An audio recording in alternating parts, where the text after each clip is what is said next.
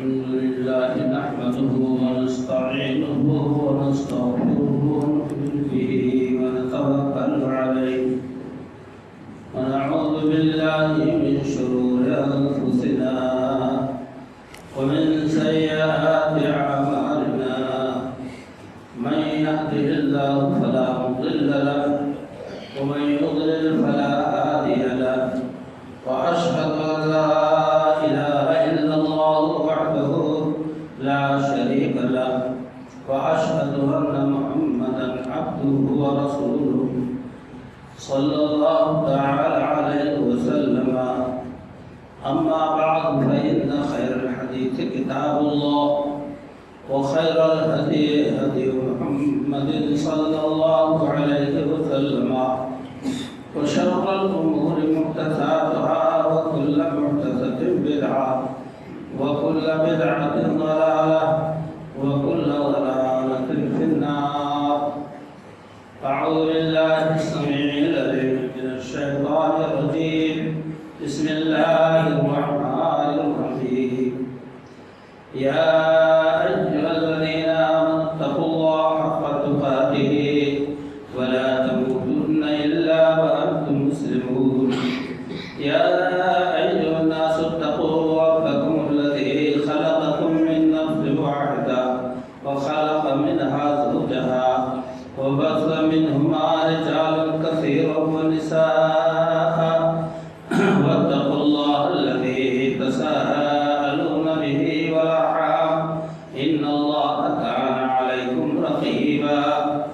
يا أيها الذين آمنوا اتقوا الله وقولوا قولا سديدا يصلح لكم أعمالكم ويغفر لكم ذنوبكم ومن يطع الله ورسوله فقد فاز فوزا عظيما.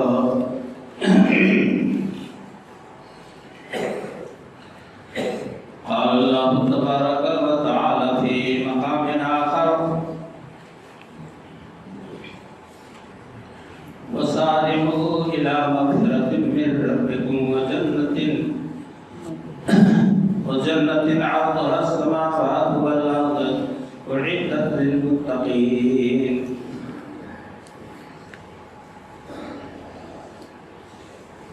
اللہ بزرگ و برتر کی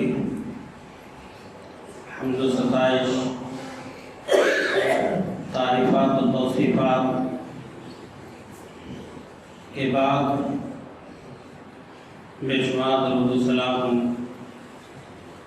امام الہدیٰ سیدنا جناب محمد رسول اللہ صلی اللہ علیہ وسلم کی ذات گرامی پر. محترم حضرات،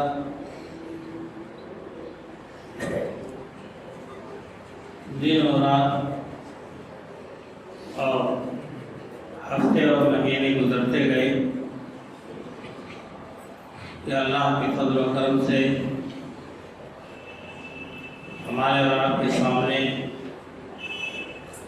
ایک مبارک مہینہ سایہ قدر ہونے والا ہے. بڑے خوش نصیب ہیں وہ لوگ جن کو اللہ تعالیٰ نے گزشتہ سال رمضان مبارک کے روزوں کے رکھنے اور فجرانہ نماز بجماعت، نوافل اور تراویح کی نمازوں کو ادا کرنے کی توفیق سے اللہ تعالیٰ نے مالا مال کیا، اور پھر اللہ رب العالمین کی طرف سے احسان، اس کی خوش نصیبی کہ ہم کو اور آپ کو ایک ہفتہ کے بعد آنے والے جمعہ میں انشاءاللہ ہم لوگ رمضان مبارک میں داخل، اس کے فیض و برکات سے ہم لوگ ہم کنار آماغوش ہوں گے. میرے دوست اور بھائیوں، رمضان مبارک کا مہینہ نیکیوں کا خزانہ ہے. یہ مبارک مہینہ ہے جس میں ہم روزے رکھتے ہیں، جس میں ہم نمازیں پڑھتے ہیں، جس میں ہم زکوٰۃ دیتے ہیں. ہم اہل ایمان ہیں، لا الہ الا اللہ محمد رسول اللہ پڑھ کر کے ہم موحد ہیں یہ چار چیزیں بیک وقت ایک مبارک مہینے میں پائی جاتی ہیں، اور مہینوں میں تو مشکل سے ساری چیزیں اکٹھا ہو پاتی ہیں۔ کتنے لوگ شعبان کی آخری تاریخ کی شام تک اللہ سے جا ملیں گے اور وہ آنے والے رمضان مبارک کی خیر و برکت سے محروم ہو جائیں گے۔ آپ اندازہ لگا سکتے ہیں جناب محمد رسول اللہ صلی اللہ علیہ وسلم کے دست حفاظ پر 2 لوگ ایمان لائے، ان میں سے ایک شخص شہید کر دیا گیا، جنگ میں شامل ہوا، جہاد کے لیے گیا اور شہید ہو گیا، اور دوسرا شخص کئی سال تک زندہ رہا، نمازیں، روزے، رمضان مبارک کے تہجد، نوافل اور تمام دینی کام انجام دیے، لیکن لوگوں نے اپنی فہم سے، اپنی سمجھ سے یہ فیصلہ سنایا کہ جو شخص ایمان لانے کے بعد فوراً درجہ شہادت پر فائز ہو گیا اس کا مقام بہت بلند ہے۔ آپ صلی اللہ علیہ وسلم نے جب یہ باتیں سنی تو آپ نے ان سے پوچھا کہ جو اتنے دنوں تک یہ زندہ رہے 2-4 سال، ان کی نمازیں کہاں گئی، اور خصوصیت کے ساتھ ان کے رمضان مبارک کے روزے کہاں گئے۔ گویا کہ رمضان مبارک کے روزے کو آپ نے مدعا ٹھہرایا اس دوسرے شخص کی موت کو، اس کے ترقی کا، اس کے بلندیش مرتبے کا آپ صلی اللہ علیہ وسلم نے حوالہ دیا کہ اس کے رمضان کے روزے کا۔ میرے دوست اور بھائی، بڑے ہی خوش قسمت ہیں وہ لوگ تو اللہ رب العالمین کا مبارک مہینہ پانے کے بعد اس کی نیکیوں اور اس کے خیر و برکات کو اپنے اندر سمجھ۔ برادران اسلام، قرآن کریم کی جو آیت میں نے پڑھی ہے، وَسَارِعُوا إِلَىٰ مَغْفِرَةٍ مِّن رَّبِّكُمْ وَجَنَّةٍ عَرْضُهَا السَّمَاوَاتُ وَالْأَرْضُ أُعِدَّتْ لِلْمُتَّقِينَ، اور تم آگے بڑھو، جلدی کرو، ایک دوسرے سے آگے بڑھو۔ مسابقت کہتے ہیں ایک دوسرے سے آگے بڑھنا نیکیوں میں، اور اللہ کی مغفرت کی طرف اور اس جنت کی طرف جس کی لمبائی چوڑائی آسمان اور زمین کے برابر ہے۔ وہ تیار کی گئی متقیوں کے لیے، ہمہ شمار لوگوں کے لیے نہیں، وہ جنت ہے۔ جنت متقیوں کے لیے تیار کی گئی ہے، مومنین کے لیے، محسنین کے لیے، صالحین کے لیے وہ جنت تیار کی گئی۔ یہ اللہ کا اعلان ہے، اور اللہ ابھار رہا ہے آپ کو، آپ کے اندر حرکت پیدا فرما رہا ہے کہ سارعوا، تم آگے بڑھو ایک دوسرے سے، اِلیٰ مغفرۃ من ربکم، اپنے رب کی مغفرت کی طرف اور اس کی اس جنت کی طرف جس کی لمبائی چوڑائی آسمان و زمین کے برابر ہے، جو متقیوں کے لیے تیار کی گئی ہے۔ آج ہمارے اندر یہ جذبہ مفقود ہے کہ ہو دیکھو بھائی، وہ دیکھیں ذرا سا کہ وہ ماشاءاللہ اذان ہوتے ہی دکان چھوڑ کر مسجد کی طرف بھاگتے، وہ نمازیں پڑھتے ہیں، وہ تلاوت کرتے ہیں، نیکیوں کا ذخیرہ اکٹھا کرتے ہیں۔ یہ مسابقت و مسارعہ ہمارے اور آپ کے اندر نیکیوں کے لیے نہیں پائی جاتی۔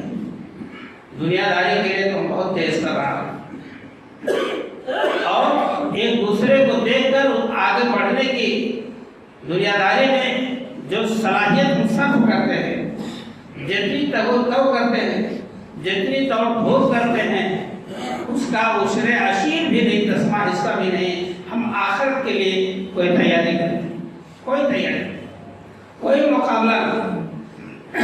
اللہ تعالیٰ نے یہ ارشاد فرمایا وَسَابِقُوا إِلَىٰ مَغْفِرَةٍ مِّن رَّبِّكُمْ، اور تم اللہ مغفرت کی طرف، بخشش کی طرف اور اس کی جنت کی طرف عرضھا کا عرض السماء، جس کے لمبائی چوڑائی آسمان و زمین کی طرح ہے.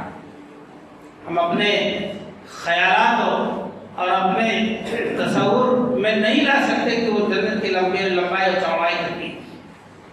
ایک حدیث کا ٹکڑا میں عرض کر دوں کہ جس شخص کو اللہ تعالیٰ سب سے آخر میں جہنم سے نکالے گا کہ اس کے بعد کوئی جہنم میں اہل ایمان والا نہیں بچے گا، توحید پرست نہیں بچے گا، تو اللہ تعالیٰ جب اس کو نکالیں گے تو ایک تالاب میں اس کو ڈال دیں گے.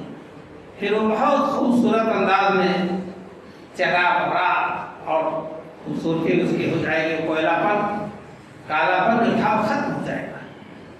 پھر اللہ تعالیٰ اس کو جنت کے دروازے تک پہنچائیں گے، جس سے وہ سوال کرے گا کہ اے اللہ تعالیٰ جو جنت کی نعمتیں میں دیکھ رہا ہوں مجھے اس میں پہنچا دے.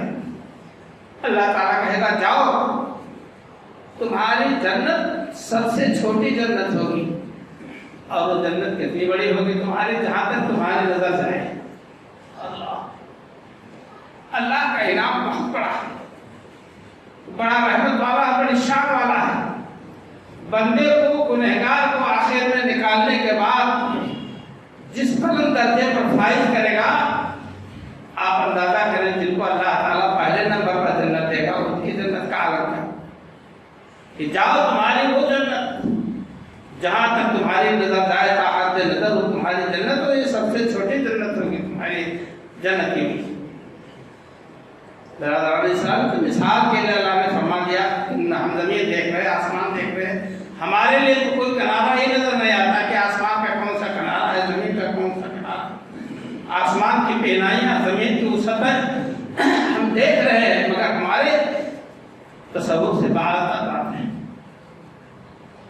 اس جنت کی طرف اللہ تعالیٰ کہہ رہا تم لوگ بڑھو، آگے بڑھو ایک دوسرے سے.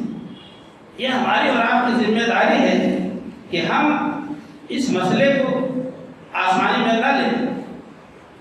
اللہ تعالیٰ نے فرمایا لِكُلِّ وِجْهَةٍ هُوَ مُوَلِّيهَا فَاسْتَبِقُوا الْخَيْرَاتِ، اور ہر شخص کے لیے ایک منہج ہے، اور اللہ رب العالمین فرما رہا ہے کہ فَاسْتَبِقُوا الْخَيْرَاتِ، تم خیرات اور بھلائیوں کی طرف آگے بڑھو. یہودیوں کے لیے ایک منہج ہے، عیسائیوں کے لیے الگ ہے، مجوسیوں کے لیے الگ ہے، مشرکین کے لیے الگ طریقے ہیں. وَلِلنَّاسِ يَعْشِقُونَ بِمَا مَذَاهِبُ، لوگوں کے اپنے پسندیدہ مذہب ہیں. اللہ کہہ رہا ہے یہ نہیں، فَاسْتَبِقُوا الْخَيْرَاتِ، تم اللہ کی راہ میں ایک دوسرے سے بھلائیوں میں آگے بڑھو، بھلائیوں میں آگے بڑھو. اور اللہ تعالیٰ فرماتا ہے اَيْنَمَا تَكُونُوا يَأْتِ بِكُمُ اللَّهُ جَمِيعًا إِنَّ اللَّهَ عَلَىٰ كُلِّ شَيْءٍ قَدِيرٌ. اللہ تعالیٰ تم کو لے آئے گا، سب کو، کسی کو چھوڑے گا نہیں، ایک ساتھ. اور فرمایا اللہ تعالیٰ نے کہ اس سے کوئی چیز باہر چھوڑ نہیں سکتے، ہر چیز پر وہ قادر ہے. ہماری چھوٹی چھوٹی نیکیاں، ہمارے چھوٹے چھوٹے گناہ سب اللہ تعالیٰ لے آئے گا. حضرت لقمان علیہ السلام نے اپنے بیٹے کو نصیحت شروع کی، بڑی لمبی نصیحت ہے. آپ نے فرمایا یا بنیا انہا ان تکو مثقال حبۃ من خردل فتکن فی صخرۃ او فی السماوات او فی الارض یأتی بها اللہ جميعا ان اللہ. اے میرے بیٹے سنو، بڑے پیار بڑے محبت سے پکارا کہ اگر یہ شرک کا کام انہا ان تکو مثقال حبۃ من خردل، رائی کے دانے کے برابر بھی اگر شرک ہے تمہارے اندر قولاً فعلاً عملاً عقیدتاً، تو اللہ تعالیٰ فرما رہا ہے کہ یأتی بہ اللہ جميعا. اگر وہ آسمان کے پہنائیوں میں کہیں ہے، زمین کے اندر کہیں ہے، کہیں پہاڑ کے نیچے دبا ہوا ہے، فَتَكُنْ فِي صَخْرَةٍ أَوْ فِي السَّمَاوَاتِ أَوْ فِي الْأَرْضِ يَأْتِ بِهَا اللَّهُ جَمِيعًا. اللہ نے بولیا پیش کر دے گا سامنے، یہ تمہارا ہے، اس لیے سارے اعمال رزق کوئی شمار نہیں، اس لیے تمہارے اندر شرک کا شائبہ پایا ہے۔ میرے دوستوں بھائیو، جنت ایسے نہیں ملتی۔ اللہ تعالیٰ نے جگہ بہ جگہ اسی کی تعریف کی ہے۔ آپ جانتے ہیں جو تصوف والے ہیں کئی بزرگوں کے نام کا ورد کرتے ہیں، اہل اللہ ولی اولیاء اللہ کے نام کا ورد کرتے ہیں، ان کے نام نظر و نیاز مانتے ہیں۔ یہ مشرکانہ عمل کرنے والے کہتے ہیں کہ عبادت جنت کے لیے نہ کرو، جنت کے غرض سے اللہ کو راضی کرنے کے لیے۔ کتنا سنہرا لفظ ہے، اللہ کے فرمان کے مقابلے میں نعوذ باللہ کتنا سنہرا غلط لفظ ہے، غلط جملہ۔ اللہ کہہ رہا ہے دوڑو ایک دوسرے سے آگے بڑھو، تیزی کرو ایسی جنت اور اللہ کی مغفرت کی طرف، ایسی جنت کی طرف۔ جنت کے حصول کے لیے، جنت میں داخل ہونے کے لیے تو اللہ آپ کو اور آپ کو ابھار رہا ہے، تحریک پیدا کر رہا ہے۔ اہل تصوف نے کہا کہ تم جنت کے لیے عبادت کر رہے ہو تو خود ایک غلط مندی ہو گئی ہے، اللہ کی عبادت کرو، ایسا بھاوٹ بات ہے۔ دوستو یہ جنت اللہ کی ہے، جس کو چاہے گا دے گا، اس سے راضی ہوگا، خوش ہوگا۔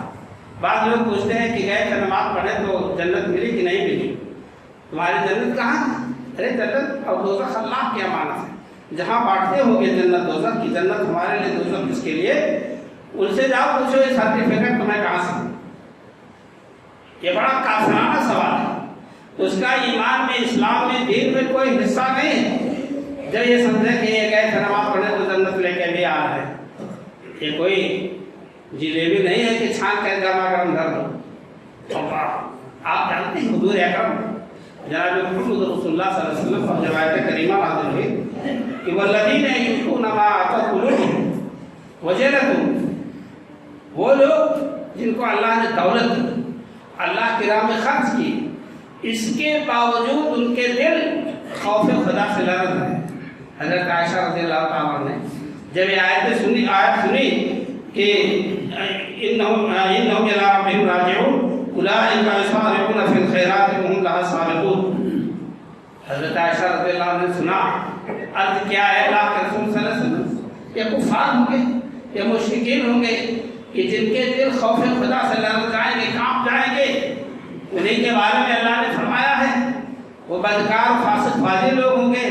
اللہ کے رسول صلی اللہ علیہ وسلم نے فرمایا نہیں، وہ اللہ کے بندے توحید پرست ہوں گے، وہ نماز روزہ کرنے والے ہوں گے، خیرات صدقات بانٹنے والے ہوں گے، لیکن سب کچھ کرنے کے بعد ان کے دل میں یہ خوف پیدا ہوگا، ان کے دل لرز رہے ہوں گے کہ اللہ نے ہمارا قبول کیا کہ نہیں، ہماری نیکیاں شرف قبولیت سے نوازی گئی کہ نہیں، وہ اس خوف سے ان کے دل لرز رہے ہوں گے۔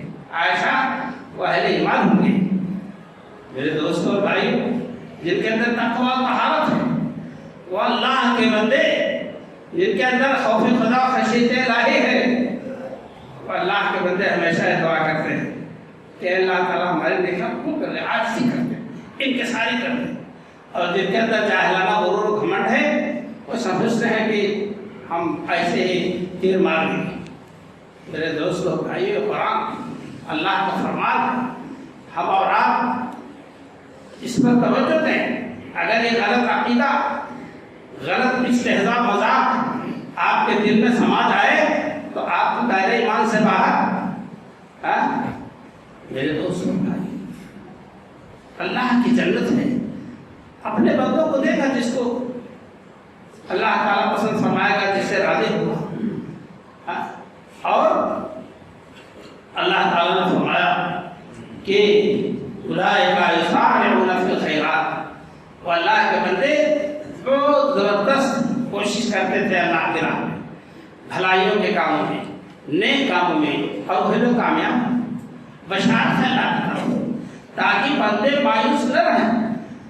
بندے مایوس نہیں ہوا کرتے، یہ ضرور بات ہے کہ اللہ کا خوف دل میں ہوتا ہے، لیکن اس کے رحمت سے امیدوار ہوتے ہیں، میرا مولا مجھے بخش دے، میرا مولا مجھے جنت کا فرما دے، اس کی رحمت کے امیدوار ہوتے ہیں، لیکن دل میں خوف خدا میں رہتا ہے کہ کسی بھی ہماری غلط حرکت پر اللہ ناراض ہو کر میری گرفت کر سکتا ہے، مجھے پکڑ میں لے سکتا ہے۔ آج میرے دوستوں بھائی، ہم اور آپ میں جذبہ ختم ہو گیا۔ کتنے لوگ تھے جو مسجد میں آتے تھے، پنجگانہ نماز پڑھتے تھے، آج بھی وہ موجود ہے، اللہ ان کو قائم دائم رکھے، مسجدوں کو چھوڑ دیا۔ کوئی ایک دن آ گیا ہفتے میں، کوئی ایک ٹائم آ گیا، مگر یہ جذبہ اور مسارات ایک دوسرے سے آگے بڑھنے کی آپ میں نہیں باقی رہی۔ میرے دوستوں بھائی، کیا آپ کو معلوم نہیں کہ رافع بن خدیج، سمرہ بن جندب، دو معصوم لڑکے، اور جنگ بدر احد کے موقع پر ان میں سے ایک کو موقع دے دیا گیا۔ حضور صلی اللہ علیہ وسلم فرمایا کہ تم شریک جہاد ہو اور تم گھر واپس ہو۔ اللہ وہ جا رہے، حکم رسول ہے، کھڑے نہیں رہے، چل دیے، لیکن پلٹ پلٹ کر دیکھتے ہیں، مسارات دیکھیے، ایک دوسرے پر سبقت لے جانے، نیکیوں کے حصول، جنت میں دخول کا جو جذبہ آپ نے بلایا تھا، کیا پلٹ پلٹ کر دیکھا؟ عرض کیا، اے اللہ کے رسول صلی اللہ علیہ وسلم، جنہیں آپ نے اجازت دی ہے وہ کشتی میں پچھاڑ دیتا۔ ارے بھائی جان بچی تھی، لاکھوں پائے گھر، خیر سے بدھو گھر کو آئے، کہتے ہیں چلو ٹھیک ہے، جہاد بڑا مشکل عمل ہے، جان بچے یا نہ بچے ہم چلے اپنے گھر نہیں۔ شوق شہادت، نیکیوں کا حصول، جنت میں دخول کا جذبہ، کہا چلا لڑو کشتی۔ چنانچہ اس نے اٹھا کے ان کو پڑھا دیا۔ اللہ کے رسول صلی اللہ علیہ وسلم نے اس کو بھی اجازت دی، انہیں تو اجازت ملی گئی۔ دیکھیے جذبہ خیر کا، ایک دوسرے سے آگے بڑھنے کا، یہ مقابلہ سرابہ میدان میں مقابلہ ہو گیا۔ غزوہ تبوک کا موقع، اللہ کے رسول صلی اللہ علیہ وسلم نے چندے کا اعلان کیا، مشہور واقعہ ہے۔ جب چندہ اکٹھا ہونے لگا تو آپ نے پوچھا ہے عمر، اور عمر رضی اللہ عنہ سوچ کے گئے کہ آج میں ابو بکر سے لے کے بڑھ جاؤں گا، میرے پاس سامان بہت ہے، کیا لے کے آئے ہو، کیا چھوڑ کے آئے ہو؟ عرض کیا، اللہ کے رسول صلی اللہ علیہ وسلم، گھر کا آدھا سامان آپ کے قدموں پر نچھاور ہے، آدھا بال بچوں کے لیے چھوڑ آیا۔ ابو بکر تم کیا لے کے آئے، کیا چھوڑ کے آئے؟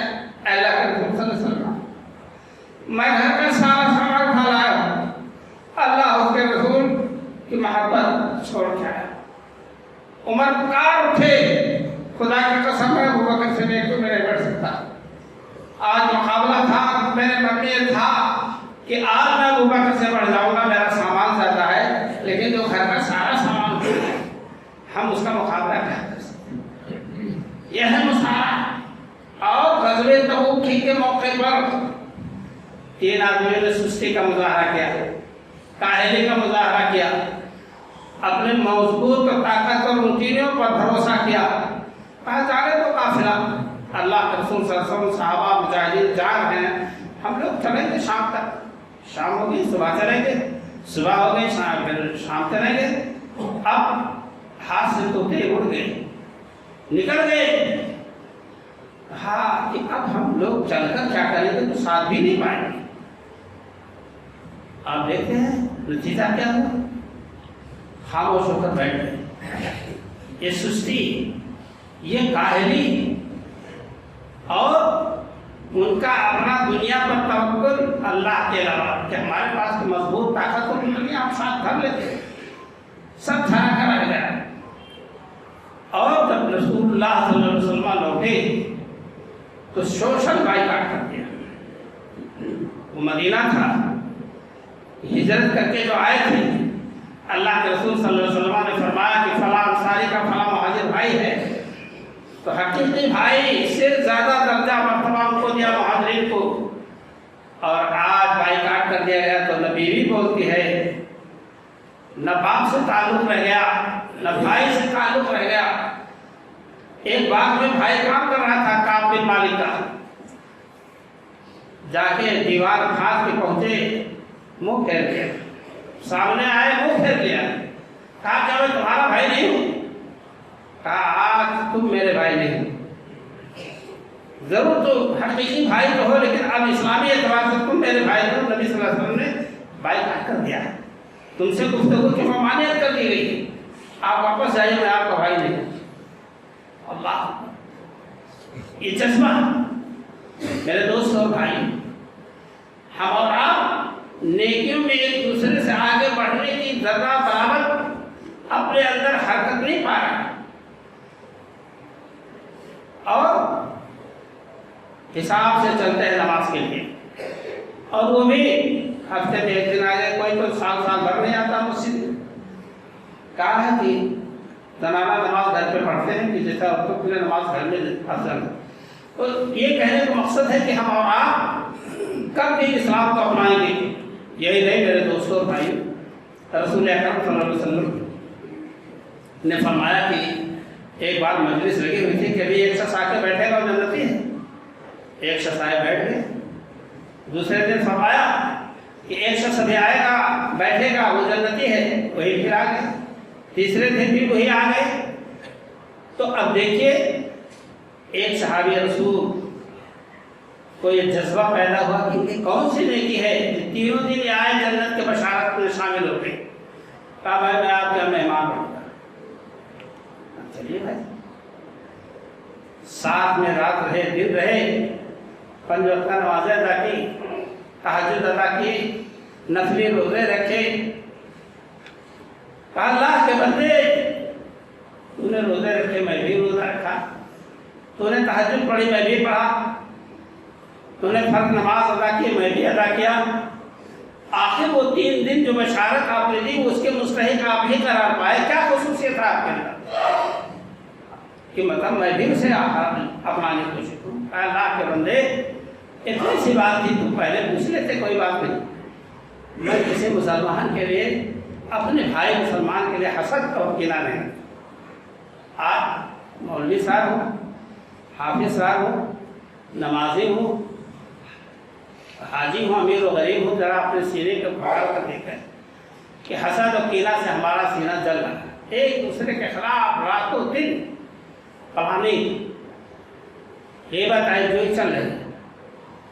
کیسے ہم اس مقام کو پا سکتے ہیں جسے اللہ کے رسول صلی اللہ علیہ وسلم نے کسی صحابی کے صحابہ کرام رضی اللہ تعالیٰ غربا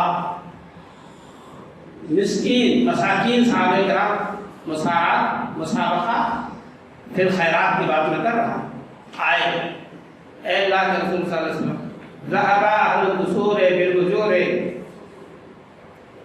مالدار لوگ نیکیوں میں آگے بڑھ گئے، نمازیں ہم بھی پڑھتے ہیں وہ بھی پڑھتے ہیں، روزہ وہ بھی رکھتے ہیں ہم بھی رکھتے ہیں، جہاد میں وہ بھی جائیں ہم بھی جاتے ہیں، لیکن ان کے پاس اتنا مال ہے کہ خیرات کرتے ہیں زبردست، اور اس سے ہم محروم ہیں، ہمارے ہاتھ خالی۔ تو آپ صلی اللہ علیہ وسلم نے فرمایا کہ ہر فرض نماز کے بعد 33 بار سبحان اللہ، 33 بار الحمدللہ، 34 بار اللہ اکبر کہو، تم کو وہی ثواب ملے گا جو وہ مال خیرات۔ غرباء صحابہ مساکین صحابہ نے شروع کر دیا، مالدار صحابہ نے دیکھا، ان کو بھی تجسس ہوئی تو ہوئی کہ کیا یہ انگلیوں پر گنا جا رہا۔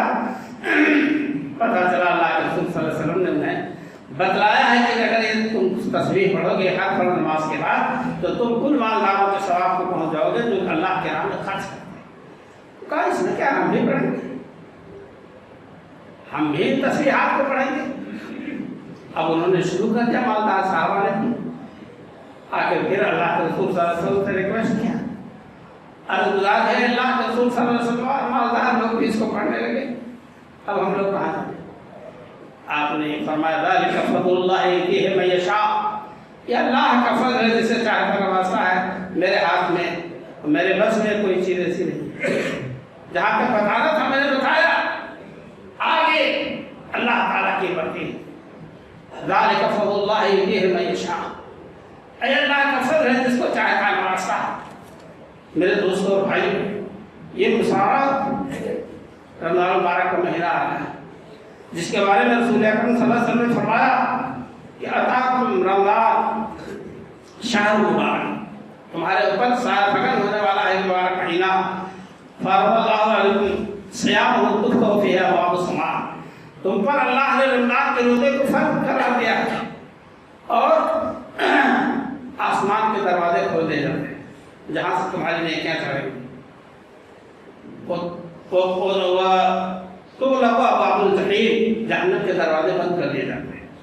آپ صلی اللہ علیہ وسلم نے فرمایا وتغل فیہ مردود الشیاطین، اور مردود سرکش شیاطینوں کو اٹھا کے بند کر دیا جاتا ہے، باندھ دیا جاتا ہے. للہ فی لیلۃ خیر من الف شہر، اس میں ایک رات ہے جو 1000 مہینے کی رات کی عبادت سے بہتر ہے. آپ نے فرمایا کہ من حرم خیرها فقد حرم، جو اس کی بھلائی سے محروم رہا، رمضان المبارک کی پورے مہینے کی بھلائی سے، لیلۃ القدر کی بھلائی سے محروم رہا، بس اس سے زیادہ بد نصیب کوئی نہیں. آپ نے فرمایا بس بہت بڑا بد نصیب ٹھہرا. کتنے لوگ ہیں کہ میڈیکل سرٹیفکیٹ بنوا کے گھومیں گے کہ دیکھو مول صاحب طبیعت نہیں ٹھیک ہے، ڈاکٹر نے کہا دن بھر کھاؤ ٹالو موج اڑاؤ. برادران اسلام، یا اللہ کے رسول صلی اللہ علیہ وسلم کا ارشاد گرامی جو میں نے آپ کو بیان کیا، بتایا، اس کا تقاضا یہ ہے کہ ہم اور آپ ایک دوسرے سے نیکیوں میں بڑھنے کی کوشش کریں. یہی دین اسلام کا تقاضا ہے. صحابہ کرام رضی اللہ تعالیٰ عنہ کی پوری زندگی اسی انداز کی گزری. ایک لگڑے صحابی تھے، بات یاد آ گئی، وہ غزوہ احد میں شامل ہوئے.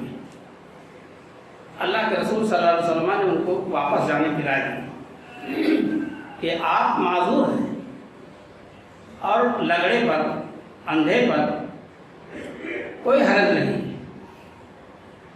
ان پر کوئی گرفت نہیں اللہ کی طرف سے، وہ آزاد ہیں. تو آپ جانتے ہیں کہ انہوں نے عرض کیا ہے اللہ کے رسول صلی اللہ علیہ وسلم، میں چاہتا ہوں کہ اللہ کے راہ میں شہید کہہ دوں